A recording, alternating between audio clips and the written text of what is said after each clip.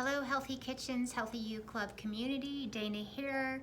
I'd like to start this video talking about 5 cooking tips to help you feel more at ease and comfortable in the kitchen.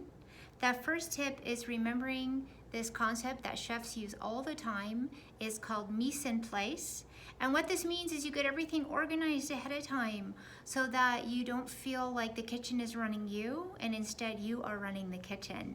So make it like your own cooking show where you chop everything ahead of time and set it out in little containers, get your spices ready, pull things from the refrigerator so that once you start cooking, you're ready to go and you're not running around and losing track of the stove or anything else like that. The second thing I'd like you to do is read your recipe in advance and make sure that it works for you and your timeline. Perhaps it says you need to marinate something more than 20 minutes, maybe overnight, or soak beans or things like that. So just think about the timing of it and how you can organize yourself around it.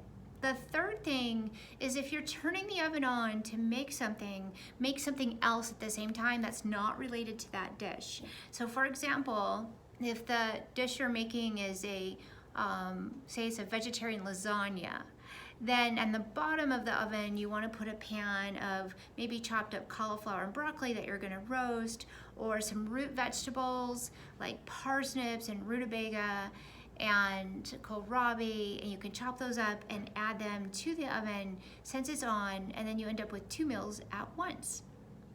The fourth thing is don't forget about your small appliances.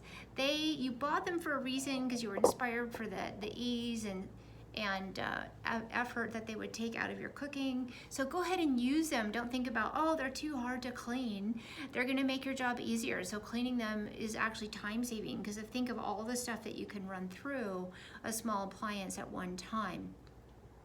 The last thing is you want to make sure that you sharpen your knives and keep them nice and sharp. If you are using a plastic cutting board, I would recommend switching to something else because plastic really dulls our knives, and a dull knife is a dangerous knife. It's much more damaging to get cut with a dull knife than a sharp knife because it gives a jagged edge and is not as easy for the body to heal or recover from. Also, when you use a sharp knife, this is a little secret, you can reduce the tears that may result from cutting really strong, powerful onions. I can't explain that exactly, but I know it's true and it does help. So think about those ideas as you're setting yourself up for success. There'll be more tips like this along the way. Thank you for watching. Be well until then.